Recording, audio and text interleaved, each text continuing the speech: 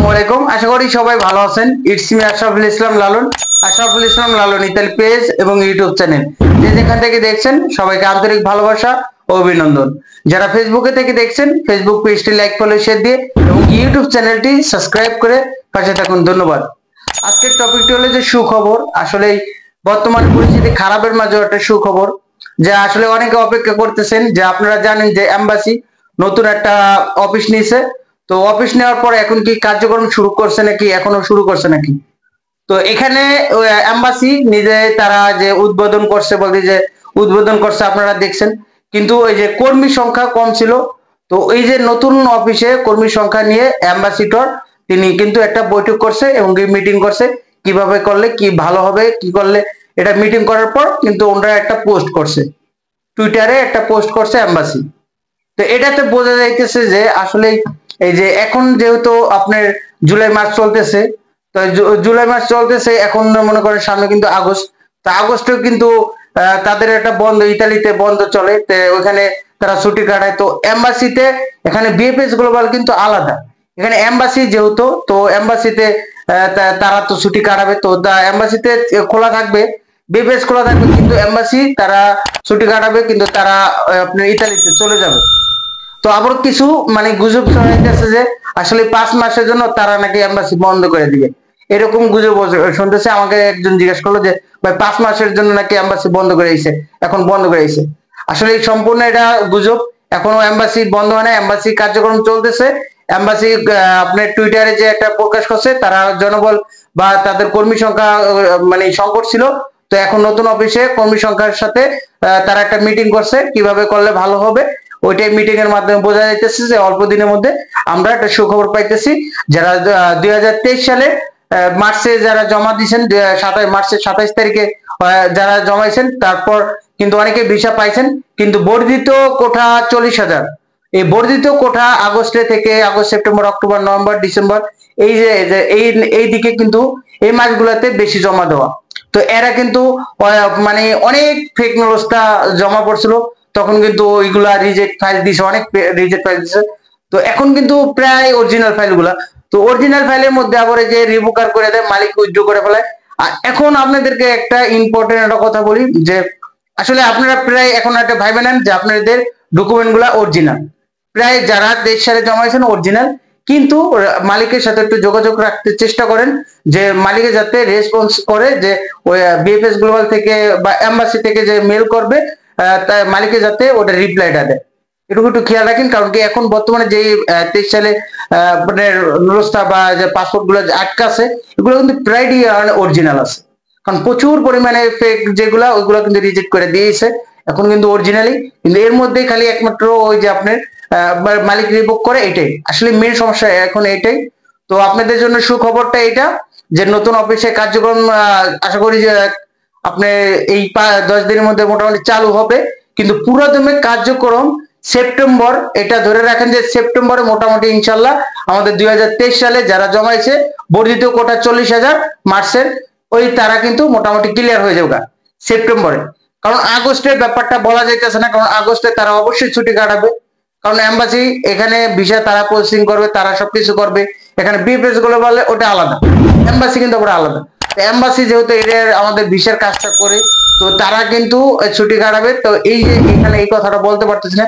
তো দেখি যে আপনার জুলাই মাসে মোটামুটি যে কিছু দিন আছে, এই কয়েকদিনে মোটামুটি একটা কিছু করবে বা এরকম একটা কিছু। তো যেহেতু জুলাই মাস শুরু প্রায় দিকে, তো এখন এই দেখি এই কয়েকদিন কি করে, কিন্তু আগস্টে একটু মানে স্লো যাবে, কিন্তু সেপ্টেম্বরে ফুল মানে মাসেই আমরা মোটামুটি ক্লিয়ার হয়ে যাবো যে 2023 সালে। আর মেন কথা কি যে আপনারা জানেন যে তারা বলছিল যে 100 পাসপোর্টের বেশি ডেলিভারি তারা দিতে পারবে না, অ্যাম্বাসিডর একবার সরাসরি বলছিল, এটা আপনারা দেখছেন খবরটা, একবার তারা বলছে যে 100 বেশি আমাদের পাসপোর্ট ডেলিভারি দেওয়ার ক্ষমতা নাই, যে আমরা দিতে পারবো না, আমাদের কর্মী সংখ্যা কম। তো দেখেন তারাও একটা বিকল্প একটা পদ্ধতি বের না করলে কিন্তু তারাও দেখতেছে যে এইভাবে আমরা যদি ডেলিভারি দিই, তাহলে আমাদের যারা 23 সালে জমাইছে তাদের কিন্তু 6, 7, 8 বছর লেগে যাবে। তো এখন যে কোনো একটা জিনিসের ওই বাইর করতেই হয়। তো তারা এখন বের করছে, তো বের করার জন্য মানে নতুন অফিসটা নিছে। তো এর নতুন অফিসে আসলে একটু অপেক্ষা করতে হবে। আসলে আপনাদের কি বলবো, অপেক্ষা করার তো অপেক্ষা করতে করতে এই পর্যন্ত আসেন। ঈদের পরে, ঈদে, রোজার ঈদে, তারপর কোরবানি ঈদে, এই করতে করতে প্রায় মানুষের 1.5 বছর 2 বছর 6 মাস এরকম হয়ে গেছে। আবার কিছু একটা ভাইরে দেখলাম যে আপনি মে মাসে আবেদন করছেন, কিছু মানে ফাইল সাবমিট করছে বিএফএস গ্লোবালে, তো এখন সে অস্থিরতা করতেছে। তারপর সে তাকে আবার অনেকে বলতেছে যে ভাই আসলে এখানে 1.5 বছর 6 মাস 8 মাস ধরে রাখছে, তো আপনি 1 মাস দিয়ে কিন্তু আপনি এই হয়ে গেছেন।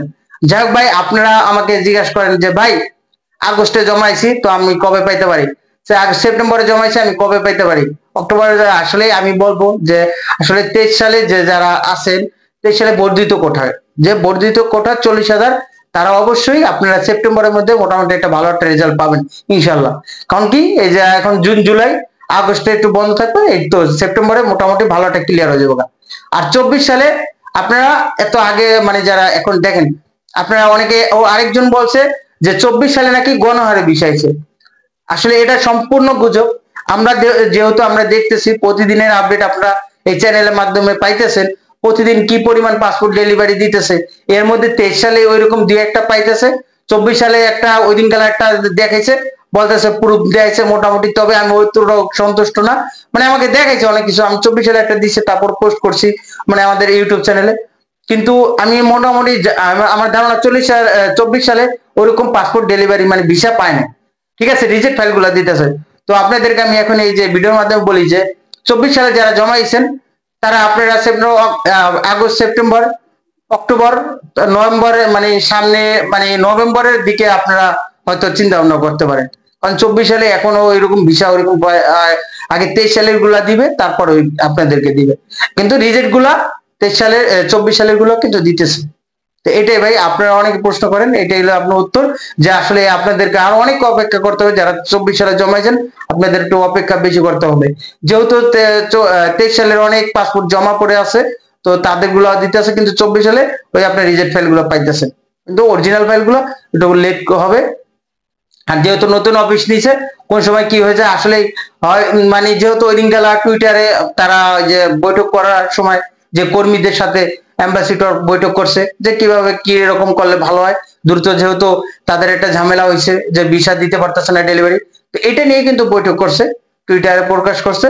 তো আপনারা অতি শীঘ্রই, যে আপনারা যে জানেন যে ওটা উদ্বোধন করে, তারপরে কিন্তু পরে 2 দিন পরে কিন্তু টুইটারে তারা করছে যে তাদের কর্মীদের সাথে যে অ্যাম্বাসিডর কথা বলছে। তো তারা মিটিং করছে, মিটিং এর মাধ্যমে যে কিভাবে দিলে ভালো হবে এটাই। এখন আসলেই আপনাদেরকে এটাই বলার ছিল যে আসলে ভিসা এখন আমরা দেখি যে যেহেতু এম্বাসি নতুন অফিস নিছে, এম্বাসি নতুন অফিসের মাধ্যমে এই যে কর্মীও কাজ করবে এখানে। আসলেই আমি আশা করি যে আগের থেকে ভালো একটা কিছু হবে। আগে জুলাই মাস, জুন জুলাই আগস্টে হয়তো সমস্যা, সেপ্টেম্বরের দিকে সেপ্টেম্বর অক্টোবরে মোটামুটি আলহামদুলিল্লাহ ক্লিয়ার হয়ে যাবে 23 সাল, তারপর 24 সালে মোটামুটি। তো এটাই, আপনারা সুস্থ থাকুন, ভালো থাকুন, সুস্থতা আল্লাহ তাআলা বড় নিয়ামত। আল্লাহ হাফেজ, আসসালামু আলাইকুম।